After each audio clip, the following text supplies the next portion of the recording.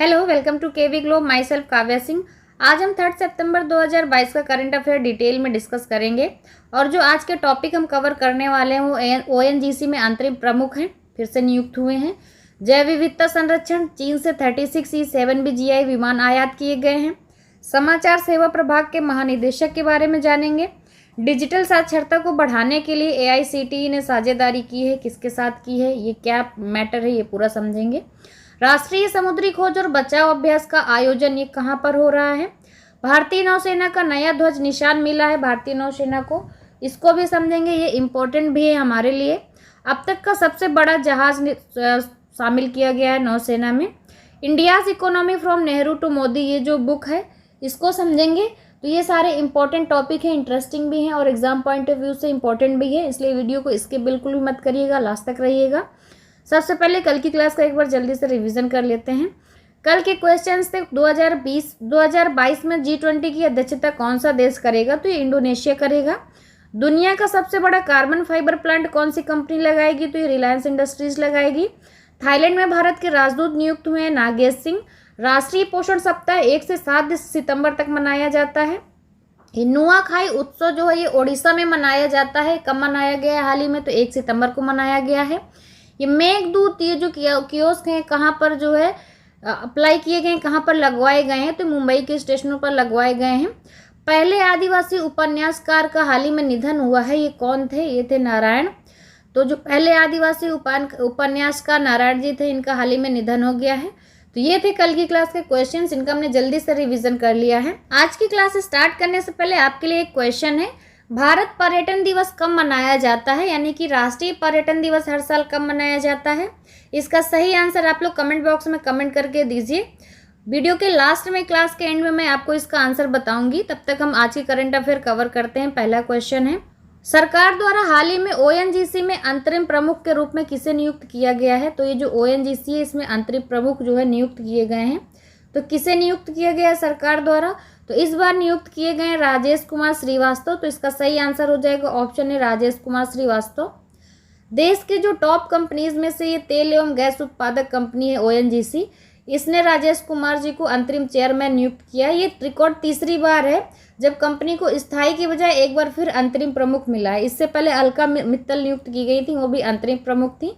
अब जो है राजेश कुमार श्रीवास्तव नियुक्त किए गए हैं, लगातार तीसरी बार ऐसा हो रहा है।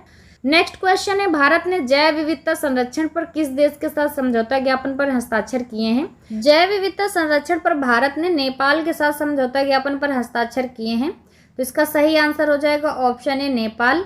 इसका उद्देश्य दोनों देशों के बीच आपस में जुड़े क्षेत्रों को फिर से शुरू करना तथा ज्ञान एवं सर्वोत्तम तौर तरीकों को साझा करने सहित वन और वन्यजीव पर्यावरण के क्षेत्र में सहयोग व समन्वय को बढ़ाने एवं मजबूत करना है। इसीलिए समझौता ज्ञापन पर हस्ताक्षर किया गया है।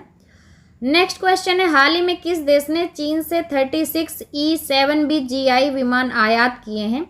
तो ये जो चीन से विमान आयात किए गए हैं ये बांग्लादेश ने आयात किए हैं। तो इसका सही आंसर हो जाएगा ऑप्शन ए बांग्लादेश। चीन लंबे समय से भारत के पड़ोसी देशों को एक प्रमुख रक्षा निर्यातक के रूप में उभारने की कोशिश कर रहा है। ये जो एयरक्राफ्ट है ये चीन द्वारा निर्मित एक बहुभूमिका सक्षम विमान है। इसे विशेष रूप से बहुभूमिका वाले लड़ाकू विमानों के लिए बांग्लादेश वायुसेना की आवश्यकताओं को पूरा करने के लिए डिज़ाइन किया गया था। नेक्स्ट क्वेश्चन है, हाल ही में आकाशवाणी ने समाचार सेवा प्रभाग के महानिदेशक के रूप में किसे नियुक्त किया है। तो जो आकाशवाणी ने नियुक्त किया है वसुधा गुप्ता को। तो इसका सही आंसर हो जाएगा ऑप्शन है वसुधा गुप्ता। वसुधा गुप्ता जी 1989 बैच के IAS अधिकारी हैं। इन्होंने 32 साल से अधिक के अपने करियर के दौरान सूचना एवं प्रसारण मंत्रालय में विभिन्न पदों पर काम किया है। ऑल इंडिया रेडियो की स्थापना 1936 में दिल्ली में हुई थी और जो इसके संस्थापक हैं वो भारत सरकार है। ऑल इंडिया रेडियो का जो मुख्यालय है संसद मार्ग नई दिल्ली में है और इसके जो ओनर हैं ये प्रसार भारती हैं। तो नेक्स्ट क्वेश्चन है, हाल ही में India's economy from Nehru to Modi a brief history नामक पुस्तक किसने लिखी है। तो ये जो पुस्तक है India's economy from Nehru to Modi, ये पुलापे बालकृष्णन ने लिखी है। तो इसका सही आंसर हो जाएगा ऑप्शन ए पुलापे बालकृष्णन। इस पुस्तक में पंडित जवाहरलाल नेहरू के समय से प्रधानमंत्री नरेंद्र मोदी के समय तक की आर्थिक प्रगति के बारे में लिखा गया है। स्वतंत्र भारतीय अर्थव्यवस्था का 75 साल का सफर समाप्त हो रहा है। नेक्स्ट, भारत में डिजिटल साक्षरता को बढ़ाने के लिए AICTE ने किसके साथ साझेदारी की है? तो ये जो AICTE यानी कि all India council for technical education, इसने साझेदारी की है एडोब के साथ। तो इसका सही आंसर हो जाएगा ऑप्शन ए एडोब। AICTE और एडोब के बीच साझेदारी का जो उद्देश्य है, भारत में 10,000 उच्च शिक्षा संस्थानों में 75,000 से अधिक शिक्षकों को आवश्यक डिजिटल रचनात्मक कौशल के साथ 2024 तक एडोब एक्सप्रेस तक पहुंचाने के साथ सशक्त बनाना है। इस समझौते के तहत एडोब शिक्षकों को आवश्यक डिजिटल साक्षरता कौशल के लिए तैयार किया जाएगा और शिक्षकों को प्रशिक्षित करने के लिए सिलेबस और स्पेशलिटी भी प्रदान की जाएंगी और पाठ्यक्रम में डिजिटल जो है क्रिएटिविटी भी लाई जाएगी। नेक्स्ट, सारेक्स 2022 नामक 10वें राष्ट्रीय समुद्री खोज और बचाव अभ्यास का आयोजन कहाँ किया गया है? इस अभ्यास का आयोजन चेन्नई तट पर किया गया है। तो इसका सही आंसर हो जाएगा ऑप्शन डी चेन्नई। इस अभ्यास का उद्देश्य समुद्र में दुर्घटनाओं से बचना और बचाव अभियान चलाकर लोगों की जान बचाना है। इस दौरान समुद्री सुरक्षा की और क्षमता निर्माण विषय के तहत आयोजित अभ्यास में 16 देशों के 24 पर्यवेक्षकों ने भाग लिया। तटरक्षक बल द्वारा आयोजित ये 10वां अभ्यास था, यानी कि ये कौन सा संस्करण था अभ्यास का? 10वां था। इस अभ्यास के दौरान बंगाल की खाड़ी के ऊपर रिमोट नियंत्रित लाइफ बॉय जैसी नई तकनीकी का प्रदर्शन भी किया गया। क्लास के स्टार्टिंग में आपसे एक क्वेश्चन पूछा था मैंने कि भारत पर्यटन दिवस कब मनाया जाता है? तो जो राष्ट्रीय पर्यटन दिवस है हर साल 25 जनवरी को मनाया जाता है। इसका सही आंसर है ऑप्शन ए। संस्कृति को बढ़ावा देने के लिए और पर्यटन को बढ़ावा देने के लिए हम 25 जनवरी को राष्ट्रीय पर्यटन दिवस मनाते हैं हर साल। इस दिन के लिए हर साल एक नई थीम चुनी जाती है और ये इम्पोर्टेंट इसलिए होता है क्योंकि ये पर्यटन के महत्व और इसके आर्थिक पहलुओं के बारे में जागरूकता पैदा करता है। नेक्स्ट, भारतीय नौसेना का नया ध्वज निशान जो मिला ये किससे प्रेरित है? तो ये जो नया ध्वज निशान है छत्रपति शिवाजी महाराज से प्रेरित है। तो इसका सही आंसर हो जाएगा ऑप्शन ए छत्रपति शिवाजी महाराज। तो भारतीय नौसेना को गुलामी के निशाने से आखिरकार आज़ादी मिली है। प्रधानमंत्री मोदी ने नौसेना के ध्वज के निशान का अनावरण किया है। नौसेना की नए ध्वज से क्रॉस को हटा दिया गया है और साथ ही नौसैनिक क्रेस्ट को फिर से झंडे में शामिल किया गया है और इस पे लिखा है सम नो वरुणा। ये देखिए, ये लिखा हुआ इमेज में। नौसेना के पुराने ध्वज में जॉर्ज क्रॉस का निशान जो था ये औपनिवेशिक अतीत को दर्शाता था, जो भारतीय नौसेना के पूर्व स्वतंत्रता ध्वज की अवधारणा से प्रेरित था। पुराने ध्वज के ऊपरी बाएं कोने पर यूनाइटेड किंगडम के यूनियन जैक का सफेद आधार पर लाल जॉर्ज क्रॉस था, जिसे अब बदला गया है। देश के आज़ाद होने के बाद भारतीय सेना ने ब्रिटिश औपनिवेशिक झंडे और बैज का इस्तेमाल हो रहा था। 26 जनवरी 1950 को ध्वज के पैटर्न को सिर्फ भारतीय कृत में बदला गया था। नेवी के इस नए झंडे में ऊपर एक कोने पर भारत का राष्ट्रीय ध्वज तिरंगा है, वहीं आधे भाग में नेवी का क्रिस्ट है।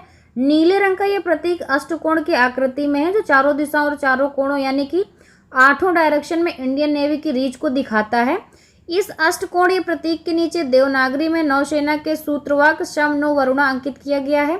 इस सूत्र का मतलब होता है जल के देवता वरुण हमारे लिए मंगलकारी रहें। भारतीय सनातन परंपरा में वरुण को जल का देवता माना जाता है। किनारे पर 2 गोल्डन बॉर्डर वाला अष्टकोणीय प्रतीक देश के महान मराठा योद्धा छत्रपति शिवाजी की शील्ड से प्रेरित होकर लिया गया है। नेक्स्ट है, भारत के समुद्री इतिहास में निर्मित अब तक का सबसे बड़ा जहाज कौन सा है जो शामिल किया गया है? तो ये जो सबसे बड़ा जहाज है अब तक का और भारत के समुद्री इतिहास में ये निर्मित स्वदेशी है, ये है INS विक्रांत। तो इसका सही आंसर हो जाएगा option A INS Vikrant.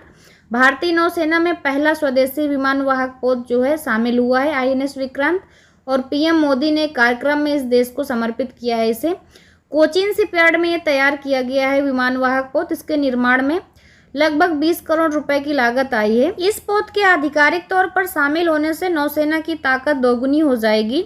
INS Vikrant में 2300 डिब्बों के साथ 14 डेक हैं, जो लगभग 1500 समुद्री योद्धाओं को ले जा सकते हैं और भोजन की आवश्यकताओं को पूरा करने के लिए जहाज की रसोई में लगभग 10,000 चपाती रोटियां बनाई जाती हैं, जिसे जहाज की गली कहा जाता है। कल का क्वेश्चन है जो कि आप लोगों से पूछा गया था। क्वेश्चन था PM मोदी ने देश का पहला भूकंप स्मारक हाल ही में कहाँ समर्पित किया है?